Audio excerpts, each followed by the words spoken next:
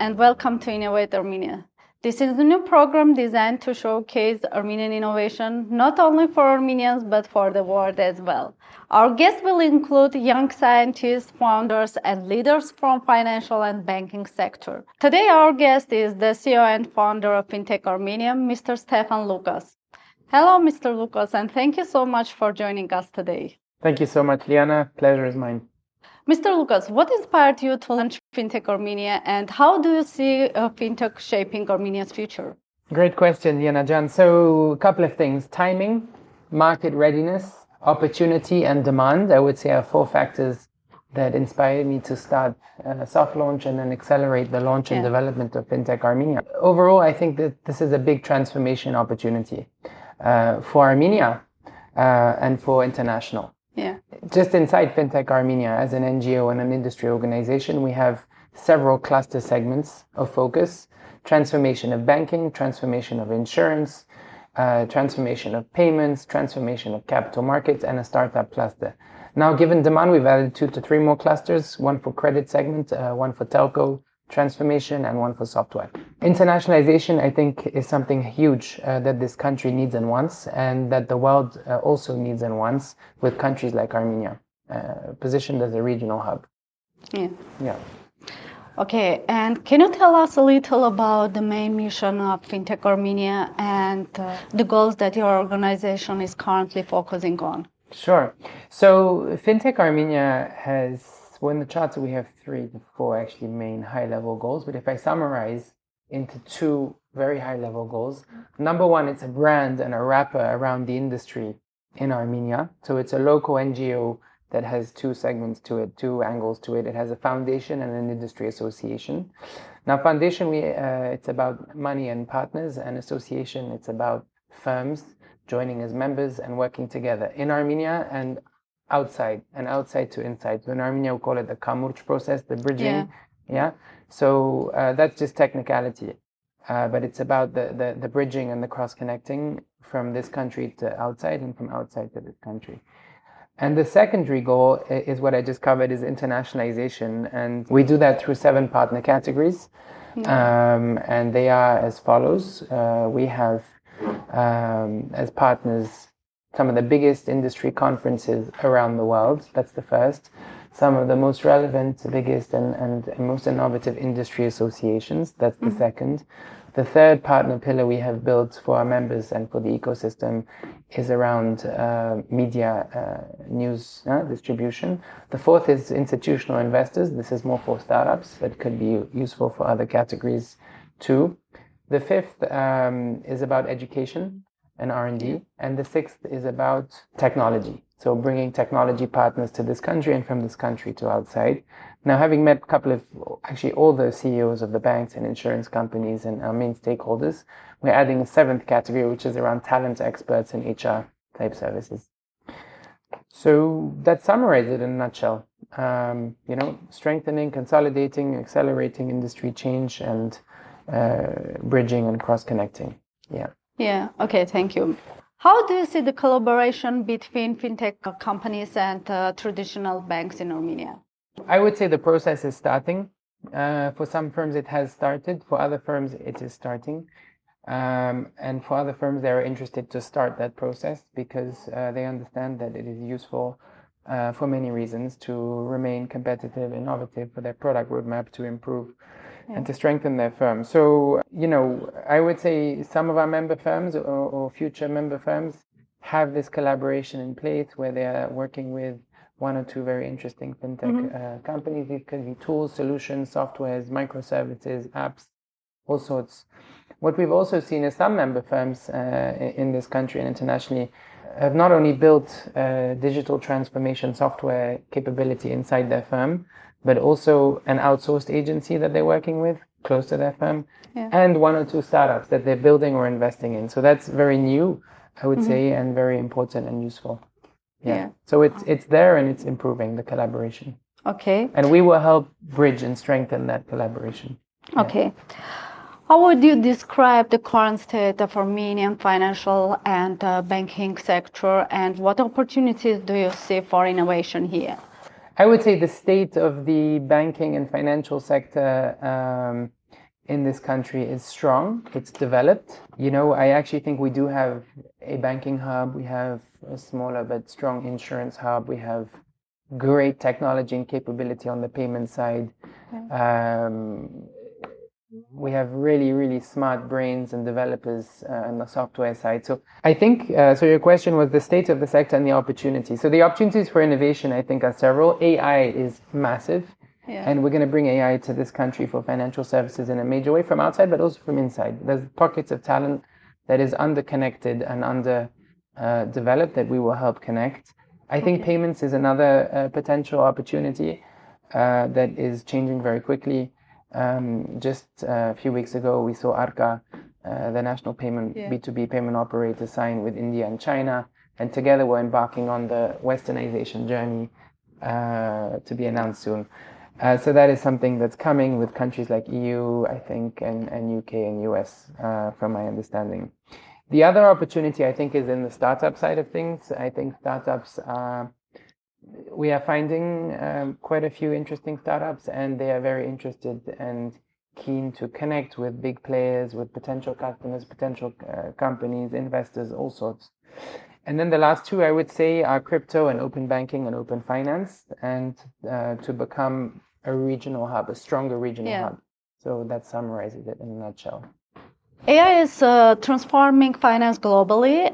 So how do you see AI influencing on Armenia's banking and financial ecosystem? Oh, this is a big question. So AI globally, it's a big thing. Just look at the share price of companies like NVIDIA to understand what's going on in AI. And in fact, this country just signed a $500 million deal with the US Firebird. So there's a lot going on there. But AI globally, they say by 2030, the opportunity is a $1.5 to $2 trillion opportunity in market.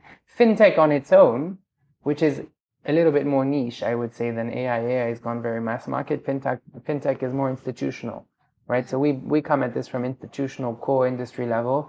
It's a $750 billion to $1 trillion market opportunity. It's almost half the potential size of AI. So if you look at it from the stats point of view, what we are doing and going to do is the bringing together, the coming together of AI and FinTech, right? So AI for banking, AI for insurance, AI for payments, AI for capital markets, crypto, etc. When I came to Armenia, when I left CME Group, my last full-time corporate role, and I came to Armenia, no one was talking about FinTech. They didn't even know, a lot of people didn't even know what it meant. There's there's tech. Okay, so in the middle, there's FinTech. So there's a positive spin to that because the FinTech industry was developing. So banks were developing technology, insurance companies were developing technology, payments companies were innovating with great connectivity, gateways, and solutions. And capital markets platforms were starting to white label or build their own platforms. So the FinTech industry was starting, and I understood that the country was ripening and getting ready for what we are building all together. Now we're seeing that more market participants are adopting and keen to do, I would say, 3 to 5 key initiatives per member firm together with our brand and their brand. Members and partners in this country and globally. So it's a very exciting time. The potential is big, to answer your question. AI for FS and FinTech. Definitely very important. Digital banking is growing rapidly, worldwide. And how can Armenian banks and FinTech companies best adapt to this transformation? And FinTechs are contributing to big banks, small banks, and medium-sized banks with their solution. You're right, the digital banking is happening around the world. Neo-banking, digital banking. You're seeing also in parallel the rise of the neobanks, right? And I remember being in Davos at the World Economic Forum, and I met a venture capital fund maybe 8-10 years ago, and he showed me the pitch deck of, it might have been Monzo or Revolut. And at the time, I think they were worth a couple $100 million, maybe $250 million, and they were raising 25 million, that type of ticket. And I remember being sort of chased to find investors in London. And I remember thinking, this is an opportunity and this is really going to happen. 8-10 years later, you're seeing huge valuations for these types of companies. In fact, for example, Nubank, if you look at Warren Buffett's investment and what the company's worth, I think it's more than $100 billion with databases in the millions, with active client bases in the millions. To answer your question, it's happening in the banking sector. It's happening in the startup sort of parallel ecosystem. And then there's synergy where they can work together, cross-connect, or compete. And that's where the banks got to, wake up a little bit and watch what's happening on the innovation side, because what you don't want is to be, taken out by a startup bank like a Nubank or a Revolut or a Monzo that suddenly became very big and that's eating into your profits, right? So it's a very interesting time for banking transformation. And in terms of examples, what type of fintech startup solutions and ideas and tools? So there are apps.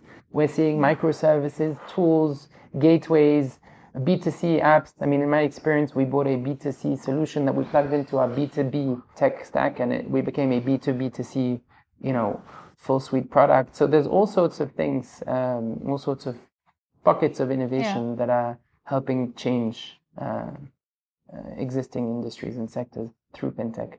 What are the main challenges that Armenia faces in developing a strong fintech ecosystem, and how to overcome all this? So let's start challenge level. And this is not a negative, it's actually a positive. I would start with regulation.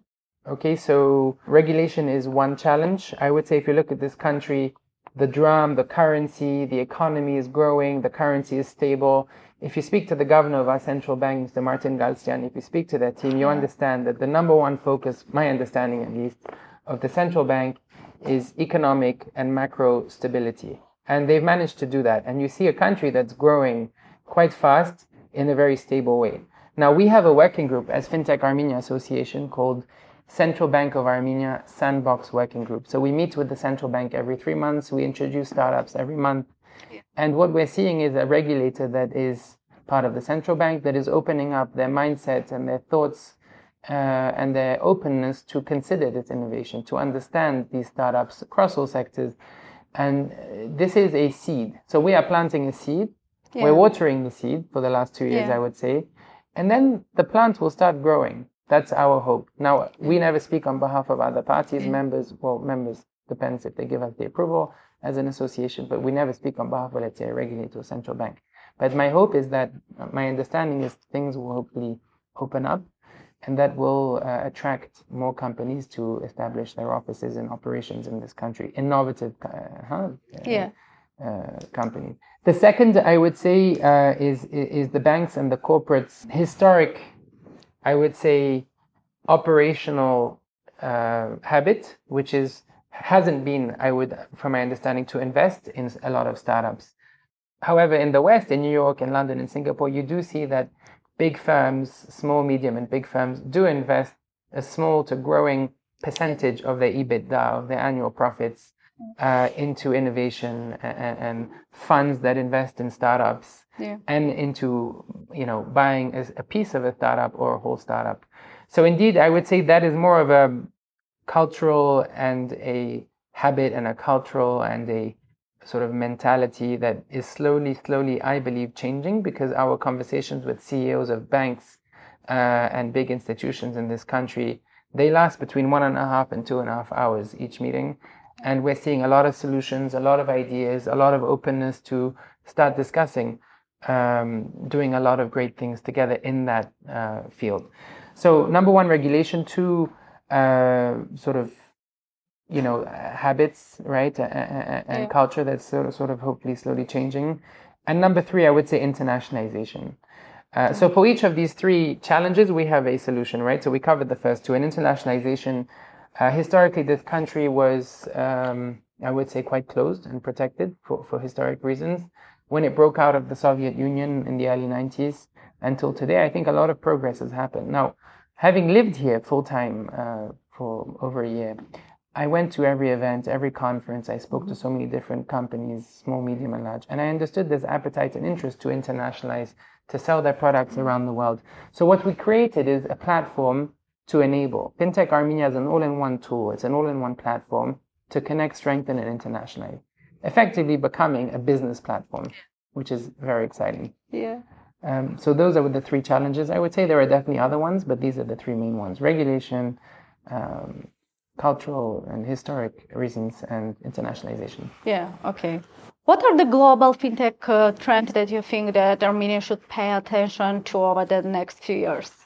The first trend is AI, and AI's accelerating impact on financial services and fintech.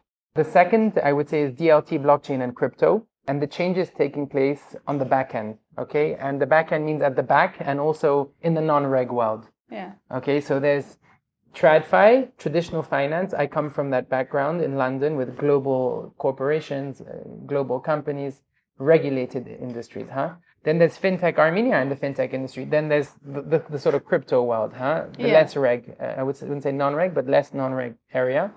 And what we're seeing today in the world is you're seeing big TradFi, even stock market listed TradFi firms innovating and sort of starting to enter the DeFi world, which is a bigger pie of humans through the wallet, the digital wallet, and tokenization of markets and products that I believe is coming very soon.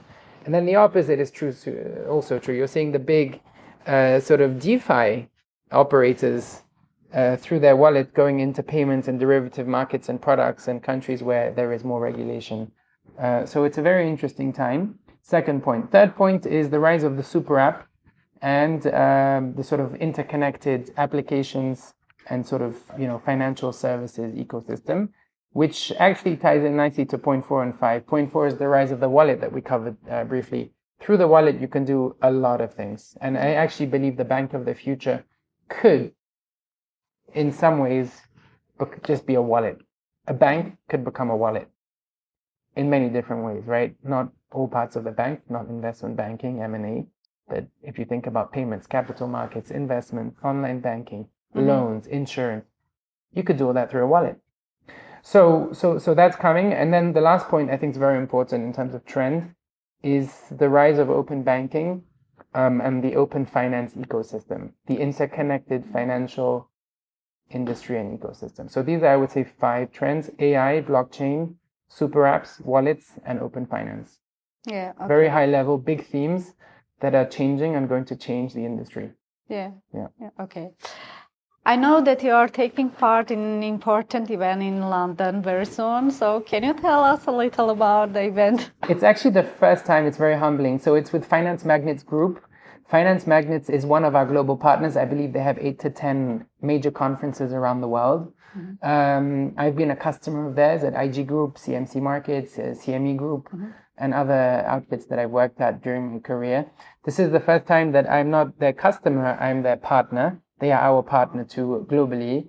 And it's the first time that they've invited FinTech Armenia to be a panelist in London. So, why is this interesting? Because not just the brand exposure, but the brand is going to connect with some of the world's most innovative financial technology companies that are coming to London for this conference, where they're hoping to connect with the most innovative and the sort of highest, with the firms with the most potential to invest and transform product and industry, like banks, insurance, telco, crypto, blockchain, payments, all sorts are coming there. So it's actually a big deal, and I couldn't turn it down, and I'm very excited to be back in London and at this conference. And then the other reason is what we call here the Kamurj process, the bridging, right? So we know a lot of people, but there's always new potential business and partners and customers and friends that we can find for our FinTech Armenia cause and organization.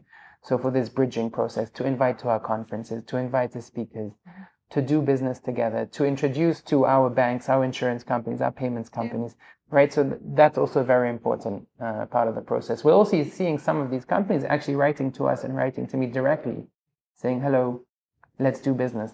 Show us what you've got in your country, in your region, Eurasian Economic Belt, Armenia, and the countries surrounding this beautiful country. So it's an exciting time, and we're all working on it together.